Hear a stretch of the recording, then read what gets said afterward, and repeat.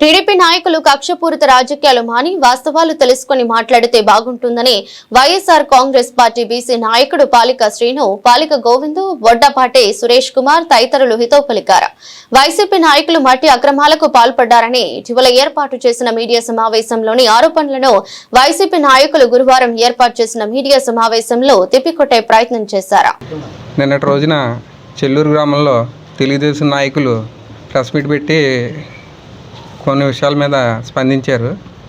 అయితే ప్రెస్లో అది నిన్న వచ్చిన మీడియాలో చూస్తే కూటమి నాయకులని పడింది. అయితే అక్కడైతే తెలుగుదేశం నాయకులు తప్ప మిగతా ఎవరూ లేరు కూటమి నాయకులు. అది కేవలం తెలుగుదేశం పార్టీ వాళ్ళు మీటింగ్ ప్రెస్ మీట్ తప్ప వేరేది కాదు. వాళ్ళు నిన్న ఏంటంటే 3-4 విషయాల మీద మా మీద బురద జల్లి కార్యక్రమం చేశారు. ఫస్ట్గా ఏంటంటే మాడిశెట్టి రామకృష్ణ అన్న అతను గతంలో ఏదో పొలం చదువు చేసుకుంటుంటే నేను ఏదో పట్టించేసాను మైనింగ్ వాళ్ళకి అని ఒక ఆరోపణ చేశాడు. అయితే మాడిశెట్టి రామకృష్ణ అన్న అతను ఏదో ఒక బ్రోకర్కి మట్టి అమ్మితే ఆ బ్రోకర్కి ఇంకో బ్రోకర్కి పడక వాళ్ళకి పడక వాళ్ళు మైనింగ్ వాళ్ళని తీసుకొచ్చి వాళ్ళు సీజ్ చేయించారు తప్ప నేనైతే సీజ్ చేయించలేదు. ఆ రోజు నాడు నిజంగా నేను సీజ్ చేసి ఉంటే నిన్న నేను తోటతింపులు గారు తీసుకుని వచ్చి ప్రెస్ మీట్ ఎలా దమ్ముగా పెట్టుకున్నానో ఆ వేళ మీ ఎమ్మెల్యే గారిని తీసుకుని వచ్చి ప్రెస్ మీట్ పెట్టాలి కదా.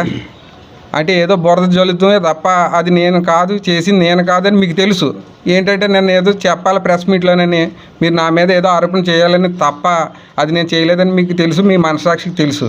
రెండోది ఏంటంటే తోటతింపులు గారు మట్టి ఇది గుడికి తోలేరు అని అంటున్నారు. అది ఆయన ఆరోపించలేదు, మీరు సరిగ్గా వినలేదు ఆయన ప్రెస్ మీట్లోని. తెలుగుదేశం నాయకులు కోరంగి కాలువగొట్టు నుంచి 3-4 రోజుల కిందట వెంటూరులో తెలుగుదేశం నాయకులు వాళ్ళు తోలుకున్నారు కోరంగి కాలువగొట్టు నుంచి అని ఆయన ప్రెస్ మీట్లో చెప్పాడు. చెల్లూరు గుడికి తోలుకున్నాడని మా రామాలయంకి తోలుకున్నారని ఆయన ఏమీ చెప్పలేదు. ఆయన చెప్పింది ఏంటంటే వెంటూరులో తెలుగుదేశం నాయకులు కోరంగి కాలువగొట్టు నుంచి వాళ్ళ ఇంట్లకి వాళ్ళ పుంతలకి చేలోకి తోలుకున్నారు అని ఆయన అన్నాడు తప్ప మీకు ఈ గుళ్ళని అన్నీ తెచ్చి రాజకీయం చేయడం మీకు అలవాటైపోయింది. అది తప్పు. అది గుళ్ళని గట్ట రాజకీయంలోకి లాక్కూడదు. మూడో విషయం ఏంటంటే చెరువుగొట్టు మట్టి ఏదో తెచ్చి నేను అక్కడ వేసుకున్నానా అని ఇంకో ఆరోపణ చేశారు. చెరువుగొట్టు మట్టి తెచ్చి శ్మశానం కప్పెట్టాం, మీకు తెలియదు అనుకుంటాను. దేవసీని గారు మీరు కూడా ఆరోపించారు, మీకు కూడా చెప్తున్నాను. అక్కడ చెరువుగట్టు మట్టి తెచ్చి శ్మశానంలో వేసి శ్మశానం ఎత్తి చేసాం. నేను తెచ్చుకున్న మట్టి ఏంటంటే జన్యు సాల్మన్ మాస్టర్ గారు చర్చి కడుతుంటే అక్కడి నుంచి తెచ్చుకుని నా పొలంలో వేసుకున్నాను. అక్కడి నుంచి తోలిన ట్రాక్టర్లో మన ఊరోళ్ళే, డ్రైవర్లు మన ఊరోళ్ళే, జేసీబీ కూడా మన ఊరోళ్ళే. మీకు కావాలంటే వాళ్ళతోటి నేను మీకు జవాబు ఇప్పిస్తాను. ఇంకోటి ఏంటంటే అదేదో రసీదు చూపించి రసీదు కట్టేసాడు, చేసిన తప్పే అంటున్నారు. మాట్లాడాడు ఆయన. వాళ్ళ ఒత్తిడి మేరకు వచ్చిన అధికారులు అక్కడికి వచ్చి అందులో వాస్తవం లేదని తెలుసుకుని మీ వల్ల వాళ్ళకి కొంచెం ఇబ్బందికర పరిస్థితులు ఏర్పడి నా దగ్గర ఇప్పటికైనా ఇలాంటి ఆరోపణలు మానుకుంటే మీకు మంచిదని హెచ్చరిస్తున్నాం. అందరికీ నమస్కారం అండి. మరి నిన్నటి రోజున మా గ్రామంలో టీడీపీ నాయకులు ఏర్పాటు చేసిన మీడియా సమావేశంలో మా గ్రామ మాజీ సర్పంచ్ మోహన్పూడి రాజకుమార్ గారు మాట్లాడుతూ కక్షపూరిత రాజకీయాలు చేయడం వల్లే వైఎస్ఆర్సీపీ పార్టీ 151 సీట్ల నుంచి 11 సీట్లకు వచ్చేస్తున్నారు విమర్శిస్తున్నారు. మరి మేము గర్వంగా చెప్పుకుంటున్నాం మా నాయకుడు సింగిల్గా పోటీ చేయడం వల్ల 11 సీట్లు వచ్చినాయి.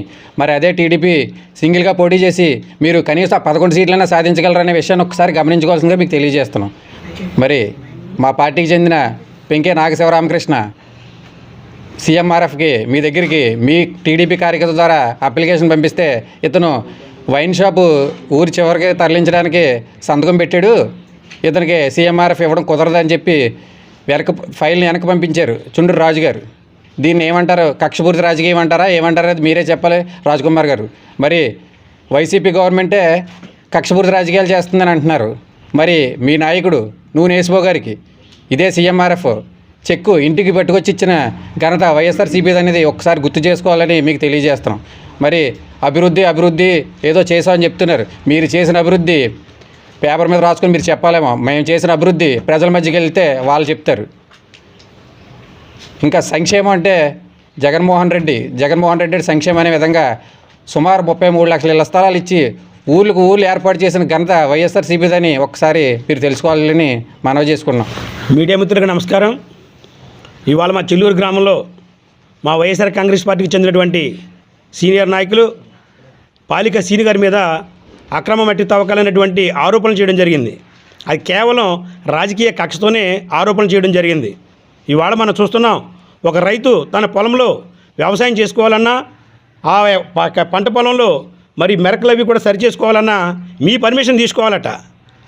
పర్మిషన్ తీసుకోవడమే కాదు, మీరు రైతులను భయపెట్టి 10 నుంచి 15 వేలు మరి మీరు ఫైన్లు కట్టిస్తున్నారు. మరి ఇది ఏమైనా రెడ్ బుక్ రాజ్యాంగానికి నిదర్శనం అని చెప్పేసి వాళ్ళు మిమ్మల్ని అడుగుతున్నాం.